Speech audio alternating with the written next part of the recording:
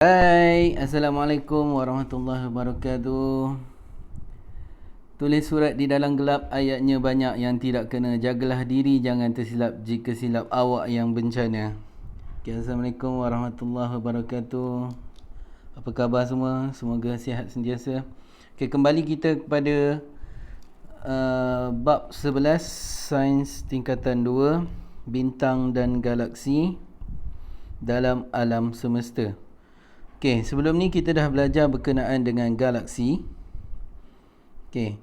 Jadi hari ni kita akan belajar berkenaan dengan bintang. Okey, contoh bintang yang paling senang adalah matahari. Okey, ulang balik pelajaran yang lepas.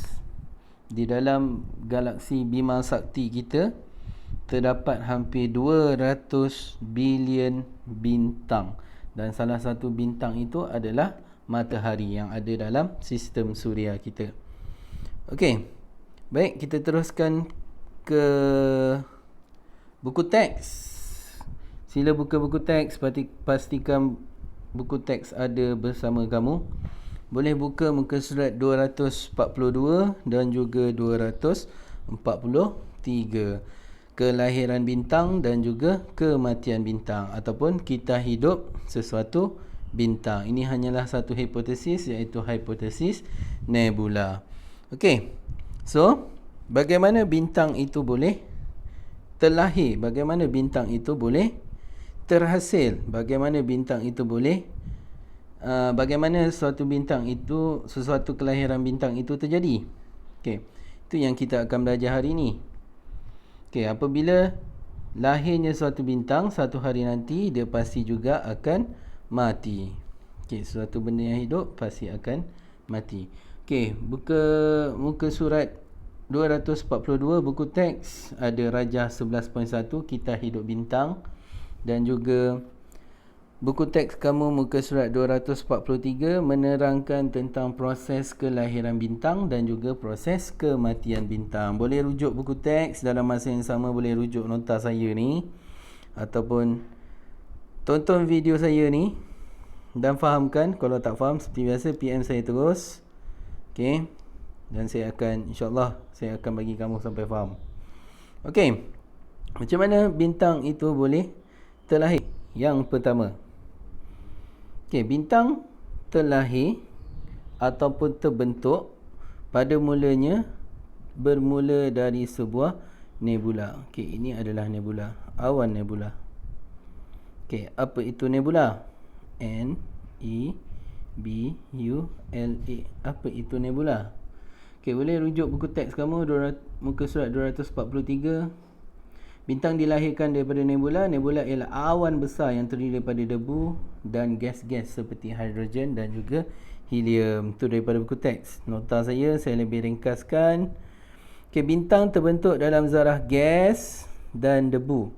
Okey, ada gas dan juga ada debu. Okey, debu tu habuk. Gas yang ada di dalam nebula ada dua gas, iaitu yang pertama adalah gas hidrogen H, dan yang kedua adalah gas helium He. Hidrogen dan juga helium. Okey. Itu yang pertama. Kamu kena faham apa itu nebula. Nebula terdiri daripada debu dan juga gas seperti hidrogen dan juga helium. Okey, sini yang di sini. Okey. Tekan warna merah kejap.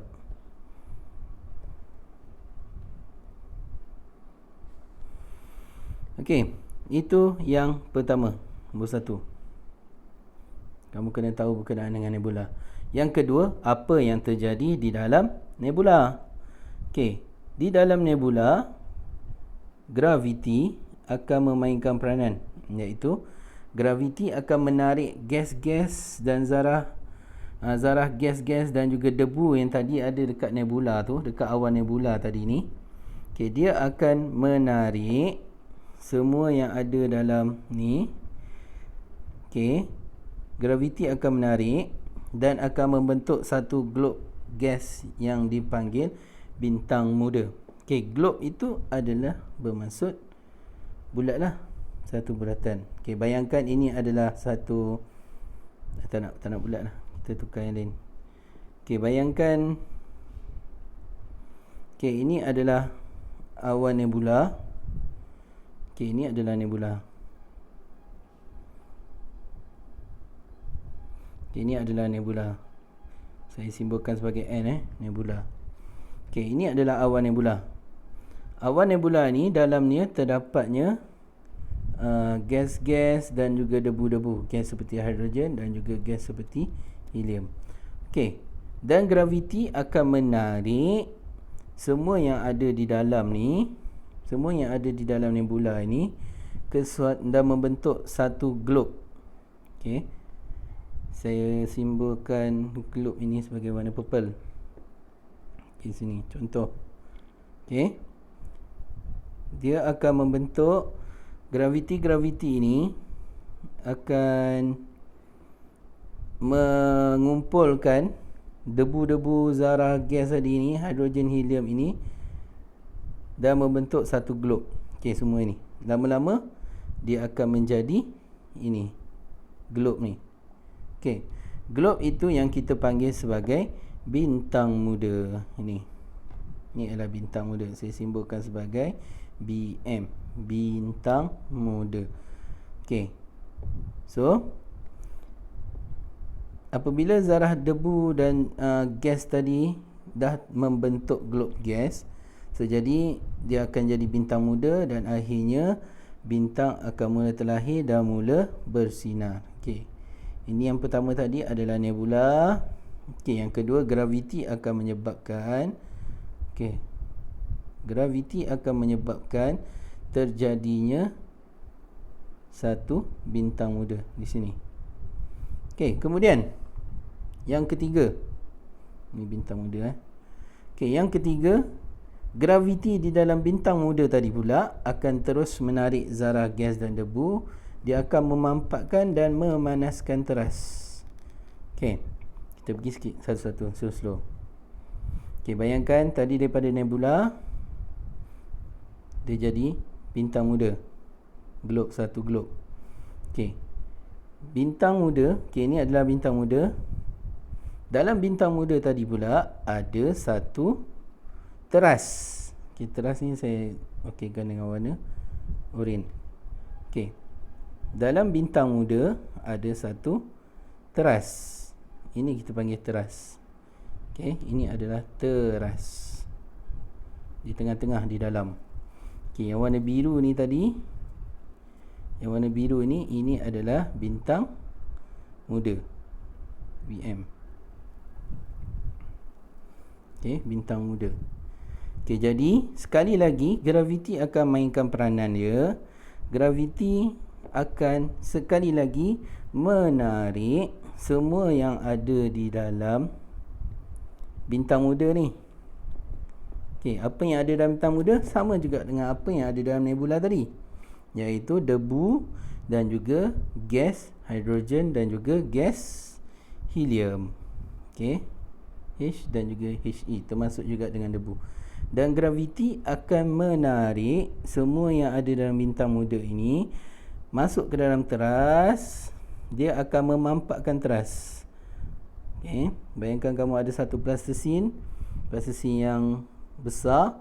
Lepas tu kamu ambil plastisin tu, kamu mampakkan menjadi kecil. Dan akhirnya dia menjadi sangat padat. Ini yang kita panggil sebagai teras.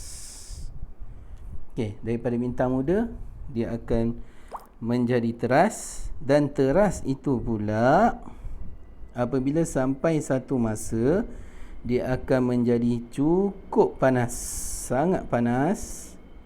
Apabila dia dah terlalu mampat, dia akan panas, dan apabila panas akan terjadinya satu tindak balas yang kita panggil sebagai tindak balas nuklear. Tindak balas nuklear di sini. Tindak balas nuklear. Itu yang ketiga. Apa itu tindak balas nuklear? Tindak balas nuklear ialah apabila gas hidrogen bertukar menjadi gas helium. Dalam masa yang sama, dia akan menghasilkan dua benda, dua tenaga, iaitu yang pertama adalah tenaga haba ataupun kepanasan, dan yang kedua adalah tenaga cahaya, iaitu yang membolehkan kita melihat. Okey, ini adalah tindak balas nuklear. Okey, boleh faham Okey, apabila teras tadi dah terlalu panas, tindak balas nuklear akan berlaku. Apa itu tindakan nuklear? Tindakan nuklear ialah apabila hidrogen bertukar menjadi helium dalam masa yang sama, tindak balas itu akan menghasilkan haba dan juga cahaya. Saya dah bagi tahu contoh bintang yang paling dekat dengan kita yang kita tengok setiap hari adalah matahari. So, macam mana matahari boleh menghasilkan cahaya dan haba? Macam mana cahaya matahari boleh memberikan kita cahaya dan juga kepanasan, iaitu melalui tindak balas nuklear ini. Boleh faham itu saja berkenaan dengan kelahiran bintang. Saya ulang sekali lagi secara ringkas. Yang pertama, nebula. Ni nombor satu. Apa yang ada dalam nebula? Debu dan juga gas, iaitu gas hidrogen dan juga gas helium. Itu yang pertama, nebula. Graviti di dalam nebula tadi akan menyebabkan debu-debu tadi dan juga gas tadi membentuk satu glob yang kita panggil sebagai bintang muda. Ni, bintang muda BM. Bintang muda tadi juga masih lagi besar. Dia akan, dalam tu masih lagi ada debu dan juga gas hidrogen dan helium. Graviti akan mainkan peranan sekali lagi, akan menyebabkan gas dan juga debu dalam bintang muda termampat dan akhirnya di tengahnya terjadinya teras. Ni yang ketiga, teras yang berada di tengah. Ni sini, di tengah tu. Apabila teras dah cukup panas, tindak balas nuklear akan berlaku. Apabila tindak balas nuklear berlaku, hidrogen akan ditukarkan kepada helium dan proses tadi akan menghasilkan haba ataupun panas dan juga cahaya. Itu adalah kelahiran bintang. Itu untuk kelahiran bintang. Macam mana bintang kita boleh terlahir. Matahari kita masih di peringkat ini, kelahiran bintang. Masih lagi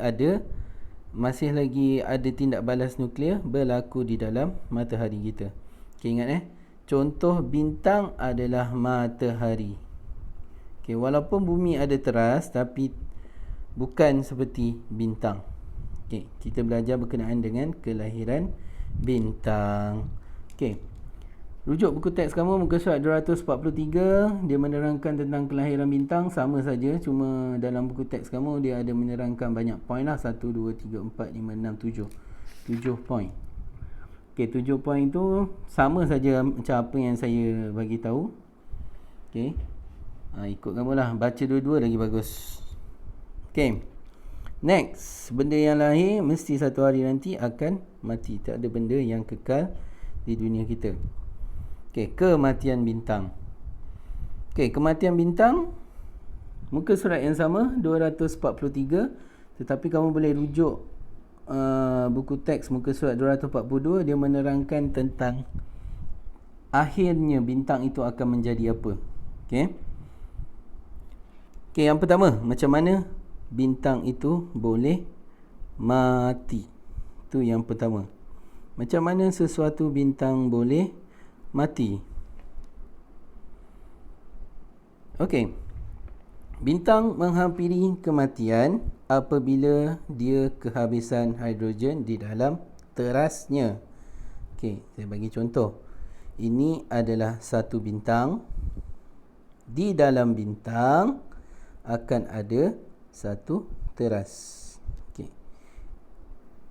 Ini adalah teras. Ini adalah teras. Yang warna hijau ini, ini adalah bintang. Okey, ini adalah bintang. Di dalam bintang ada satu teras. Dan di dalam teras tadi, kita dah belajar tadi, semua yang ada dalam bintang muda akan termampat menjadi teras. So, di dalam teras ini akan ada apa? Okey, dia akan ada hidrogen dan juga helium. Okey, ingat semua tadi dah termampat di dalam teras. Okey, bintang itu akan mati apabila tiada lagi hidrogen di dalam teras. Maksudnya tiada lagi tindak balas nuklear. Tindak balas nuklear tu dah tidak boleh berlaku sebab sudah tak ada hidrogen. Di teras ni dah habis. Dah habis hidrogen dia. Matahari kita masih lagi banyak lagi hidrogen. So matahari kita masih hidup. Okey, tu yang pertama. Macam mana bintang boleh mati? Apabila hidrogen di dalam teras dia sudah kehabisan. Ini tu nak baca nota yang ni. Bintang menghampiri kematian apabila kehabisan hidrogen di dalam teras. Bukan di dalam bintang tetapi di dalam dia punya teras. Okey, yang kedua. Lalu bintang terpaksa menggunakan hidrogen di luar daripada teras untuk membakar. Okey, ni nombor 2. Nombor 1 tadi. Okey, nombor 1 tadi, ini bintang. Okey. Dalam bintang ni ada juga hidrogen lah, tapi hidrogen dia tidak digunakan untuk tindak balas nuklear sebab tindak balas nuklear hanya berlaku di dalam teras. Okey, ini adalah teras. Okey, yang merah ni adalah teras. So dalam teras ni, apabila satu hari nanti hidrogen di dalam teras sudah habis, hidrogen dalam teras sudah habis. Okey, maksudnya tindak balas nuklear di dalam teras tidak boleh berlaku. So apa yang bintang ini buat?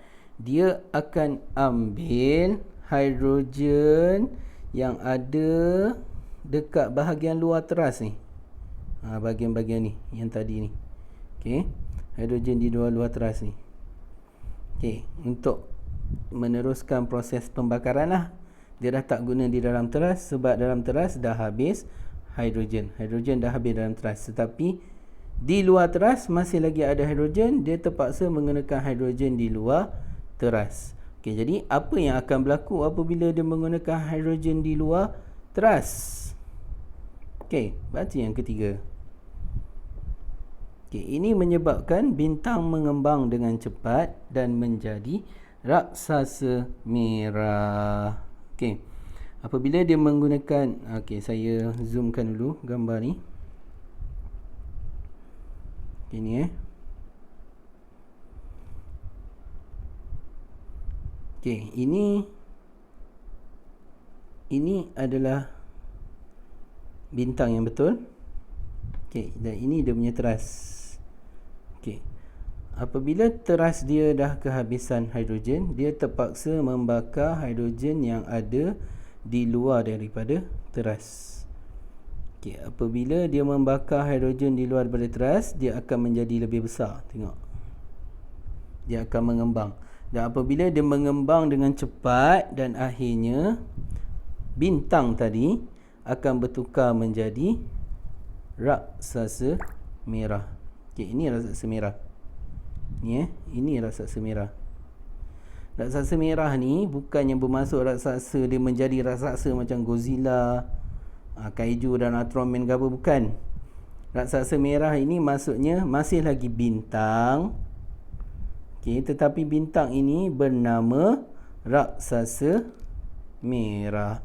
Okey, boleh faham raksasa merah di sini. Okey, bukannya dia bertukar menjadi raksasa, tapi bintang itu bernama raksasa merah. Okey, boleh faham Okey, saya ulang sekali lagi dengan pantas. Okey, ini belum habis lagi. Belum lagi pengakhiran untuk bintang. Dia cuma separuh jalan saja. Nanti dia akan mengikut haluan masing-masing. Ada 3 cara dia akan menjadi apa. Okey, saya akan ulang secara ringkas. Yang pertama, apabila teras kehabisan hidrogen, hidrogen dah tak ada dalam teras, dia akan menggunakan hidrogen di luar daripada teras, dan apabila dia menggunakan hidrogen di luar daripada teras, bintang tadi akan mengembang dengan cepat dan akhirnya dia menjadi raksasa merah. Okey. Itu baru separuh perjalanan, belum lagi habis. Okey, next. Ada 3 kejadian apabila sesuatu bintang itu mati. Okey, ini ialah kejadian yang pertama. Okey, ini yang pertama. Apa kemungkinan bintang itu boleh jadi apabila dia mati? Okey, bintang yang bersaiz sederhana ni seperti matahari kita. Matahari kita belum mati tetapi matahari kita bersaiz sederhana. Okey. Apabila bintang bersaiz sederhana ini mati, maksudnya hidrogen di dalam teras dia dah habis, dia akan bertukar menjadi raksasa merah. Ini yang tadi kita dah belajar. Okey. Dan raksasa merah ini akhirnya akan bertukar menjadi kerdil putih. Kerdil putih. Saya ringkaskan KP. Kerdil putih. Okey, ni simple. Senang. Straight to the point terus. Bintang bersaiz sederhana mati, dia menjadi raksasa merah. Raksasa merah akan menjadi kerdil putih. Okey, kerdil putih ni sebenarnya datang di mana? Daripada dia punya teras yang dalam ni. Okey. Okey, so maksudnya bahagian luar teras tu dah habis. Dan yang tinggal hanyalah teras. Teras tadi akan menjadi kerdil putih sini. Okey. Itu yang pertama. Yang kedua. Okey, bintang yang bersaiz besar. Ini. Okey. Ini bintang yang bersaiz besar. Seperti biasa juga, bintang yang bersaiz besar akan mati. Sebelum dia mati, dia akan menjadi raksasa merah. Cuma dalam saya punya nota ni, dia tak tulis raksasa merah. Tapi dalam buku teks kamu, dia ada tulis daripada bintang besar dia akan menjadi raksasa merah. Daripada raksasa merah barulah dia akan menjadi super raksasa. Okey. Super raksasa ini apabila jisim dia terlalu besar, sangat-sangat besar. Okey. Jisim dia terlalu besar, dia akan menyebabkan satu letupan. Letupan ini kita panggil sebagai supernova. Okey, letupan itu kita akan panggil sebagai supernova. Okey, letupan itu, selepas letupan itu